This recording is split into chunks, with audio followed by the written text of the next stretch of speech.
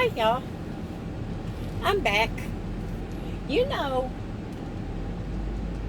one of the things about seeing a psychiatrist or a psychologist, whoever you might see for mental illness, no matter what kind it is, one of the good things is that they are very impartial.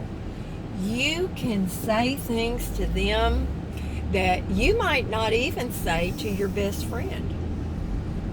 And they don't judge you. If they do, they're very good at hiding it. Now, because I have been under so much stress, Lord, please help them. Ooh. And I don't sit around and think, oh my gosh, I can't handle this. Oh my gosh, this is awful. Oh my gosh. It's not like that. It's more like I told y'all that I have been so irritable lately. So irritable. And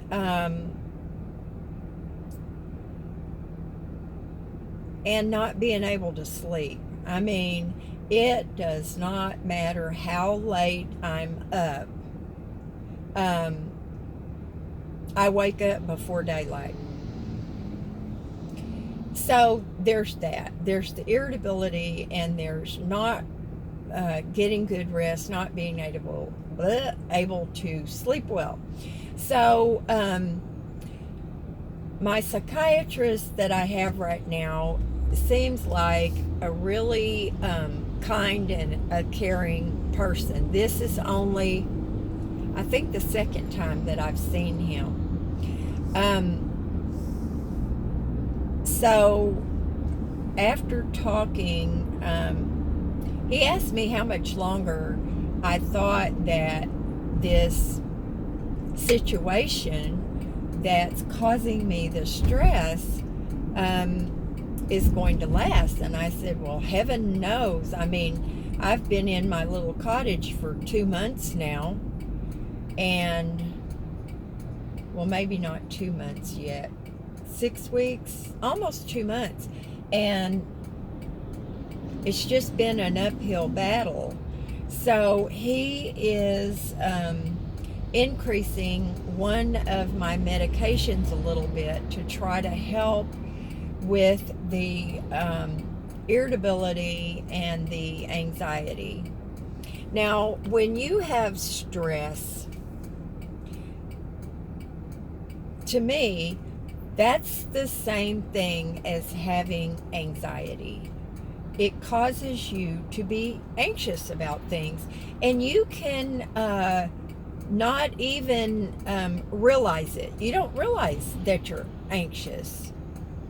It just becomes a part of you, and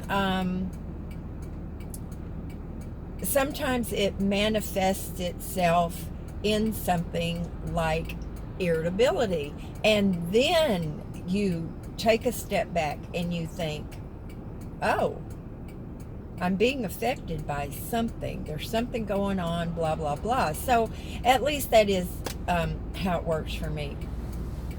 So hopefully I'm going to get a little bit of relief from that.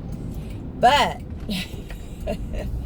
it's going to be pretty warm today. In fact, it's already warm. And I had to go see,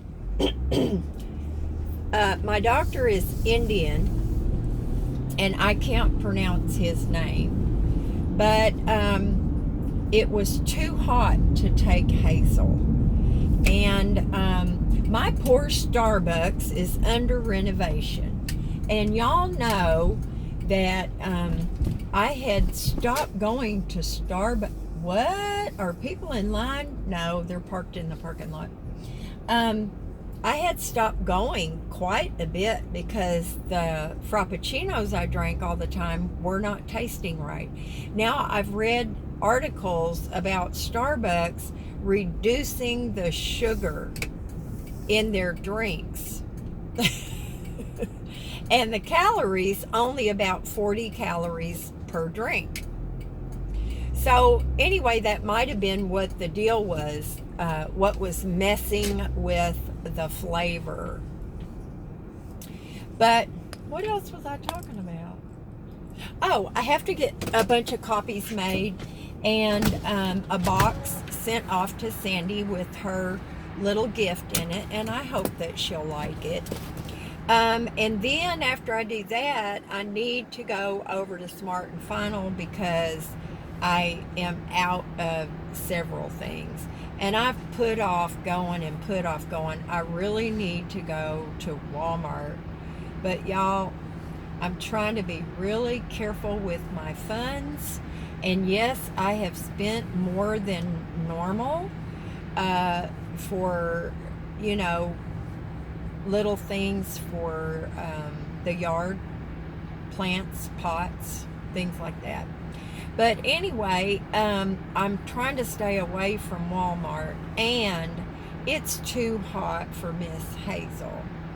So she's at home by herself, and I have talked to my sweet neighbors, Maria and Leo, about me leaving Hazel for short periods of time, and for them to please tell me if they hear her barking or howling. And of course he said they would, but he said don't worry about it, she just has to get used to it. And so anyway, they're going to be tolerant with Miss Hazel.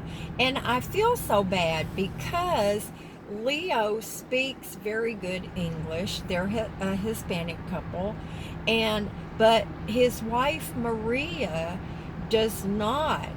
And I feel bad because I end up talking to Leo, and so I have to remind him, please tell Maria that I am not trying to be rude or exclude her. And man, oh man, if there was a time I wish I knew how to speak Spanish, it's now. They are the sweetest couple. And anyway, that's it. I don't know what I'm going to do when I get home. I can't do anything else in the yard until this evening when it really cools off. So I need to go to Lowe's, but man, oh man, I don't really want to do it. But I think if I go and get the rest of everything I need, then I can start working on the mess. It's gross, y'all. I mean, I think what I'm going to do is I'm going to use some duct tape, not Mango's duct tape, but some regular old ugly gray duct tape. And I've got a lot of little indentions that gravel has gotten into. Now, I don't want to use my little vacuum cleaner to suck up rocks. I've used it on my patio before, not here, but where I lived before. But and it's a really good vacuum cleaner, but I don't want to suck up rocks. So I'm going to use some strong duct tape and just stick those rocks that are in those little cracks and crevices to get them out.